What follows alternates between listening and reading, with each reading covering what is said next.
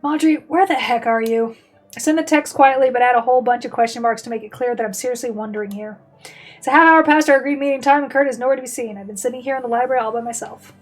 I tap the end of my pen against my econ textbook as I wait for Kurt to reply back. He's been way too slow with his text, and the only thing I've gotten are dumb excuses like I'll be there soon or hold up 5 minutes. I've been holding up for like 30. I groan and put my head down on the desk. This is not the way you're supposed to start your tutoring sessions. Ugh, I'm beginning to wonder if I ever should have agreed to this.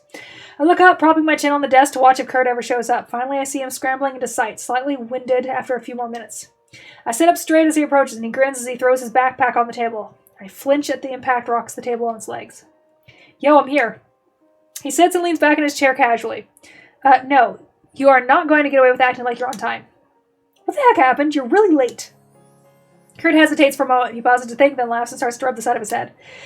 Yeah, my bad. Girl on the cheerleading team started chatting me up, and we clicked so well that I figured why not ask her out. So we spent some time out in town, getting to know each other and all that. And that's why you're late? Kurt nods at me, and I make sure to take a deep breath before I go completely ballistic. Where do I even start? Didn't you think it would be a bad idea to go on a date right before you agree to meet up? I thought about it, but this girl was mad cute, Grabe. Not as cute as you, but very close runner-up. I hate this fucking guy.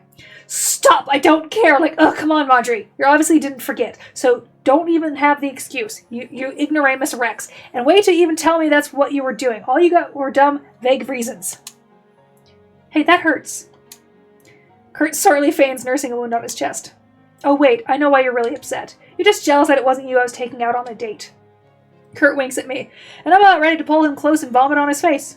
Gross. No, not in a million years. I'd rather eat a bug or something. Look, this is our first time meeting, so whatever. I guess it's fine that you're late, but can you take this more seriously? Yeah. Kurt waves me off with an unconcerned shrug. I got you, no worries. The way he says that just makes me worry even more.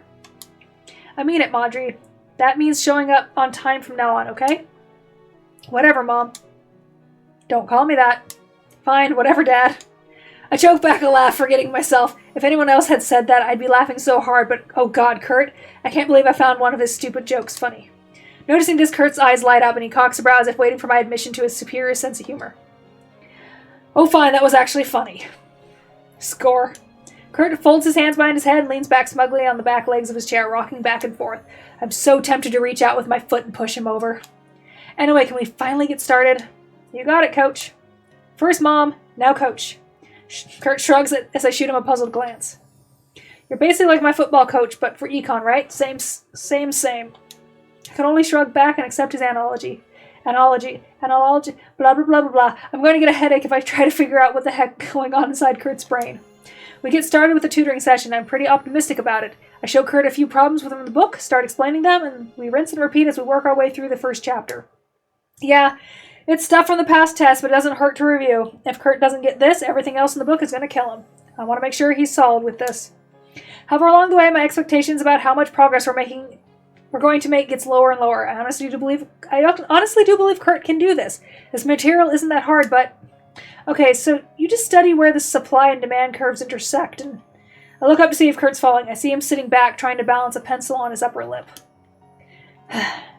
This is why I'm having a hard time believing that this tutoring thing is going to work. It's like Kurt isn't even trying to learn. First he comes late, and now this. I don't want this to be a waste of either of our times. Hey, Marjorie! I whisper in a hushed voice. Hey, Marjorie! And snap my fingers at him, causing the pencil to fall onto his lap. Kurt gives me a dirty look. What? You're not paying attention. Yeah, I am. He holds his book up, then groans as he realizes he's holding it upside down. Hold up. He switches it so it's the right way up, then points at the diagram shown on the page. You're talking about how this thing right here has to do with the laws of supply and demand. I lower my eyelids and pull up my textbook so he can see. I tap my pen impatiently on the page. That was 5 pages ago. We're on interpreting now? We're interpreting these graphs now. You mean interpreting? Is that what I just interpreting? I'm tired, okay? I've been on drugs for a week, and they just told me to stop because one was making me really bleh. Interpreting. I have my moments, right? Kurt sucks his breath in between his teeth. I'm about ready to whack him with this textbook. Wonder how I missed that.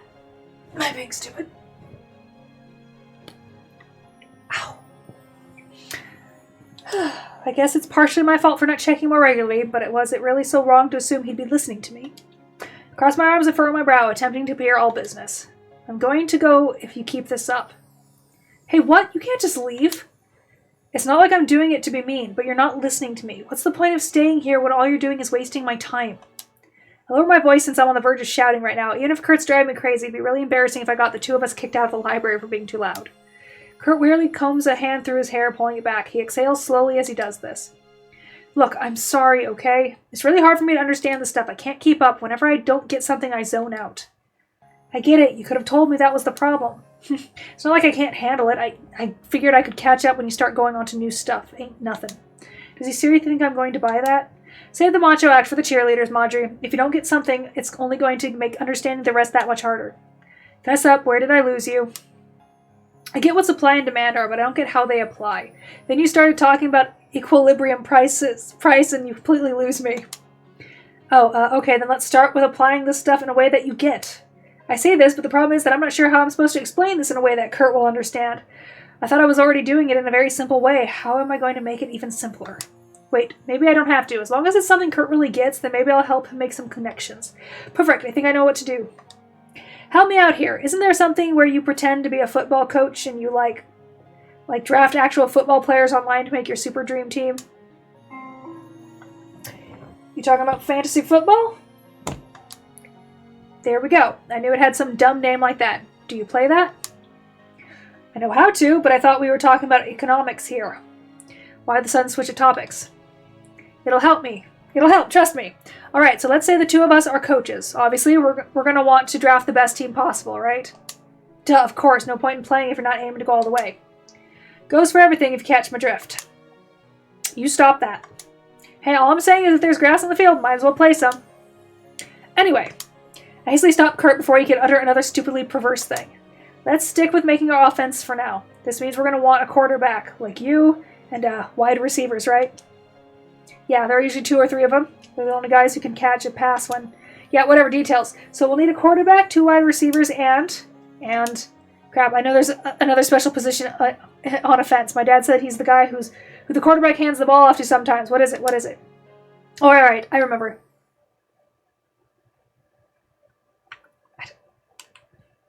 Is it the running back? Can my controller turn on? We'll need running backs. That's right? Nice, that's it.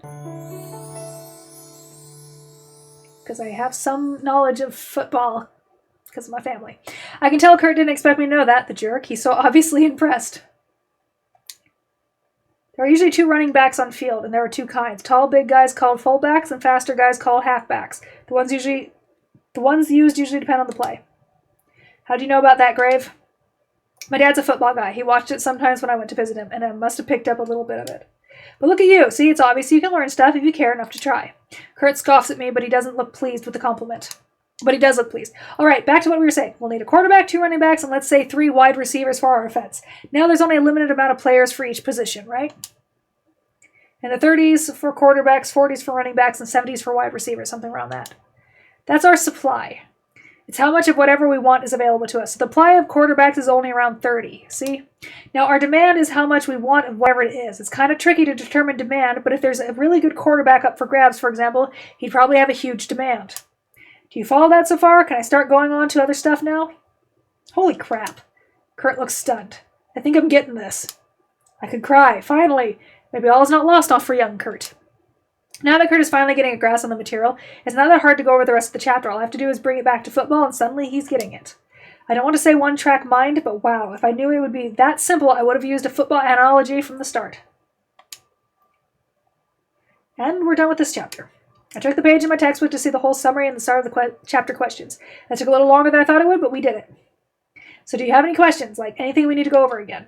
Kurt takes a moment to ponder this, but eventually shakes his head proudly.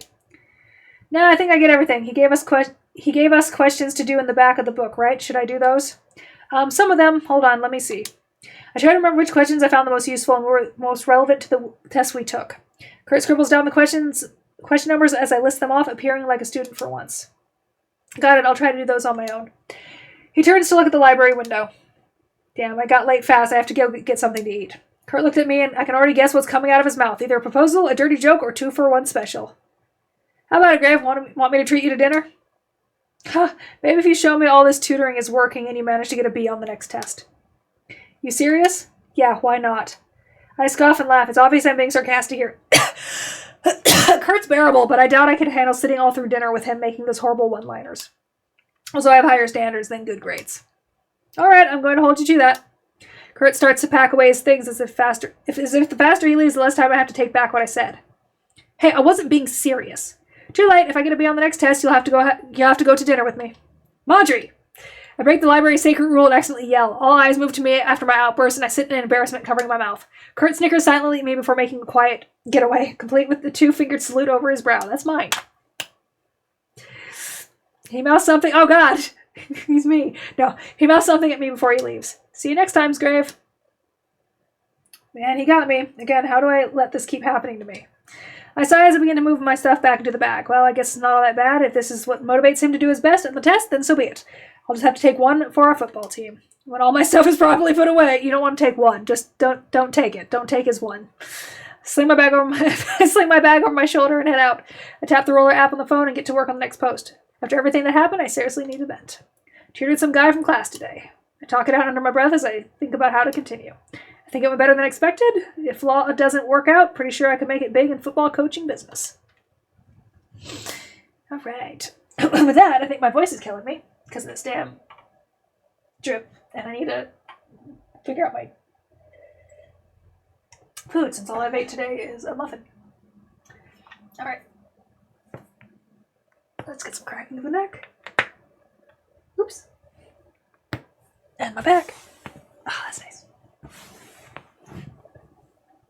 Ooh. Okay. Oh, man.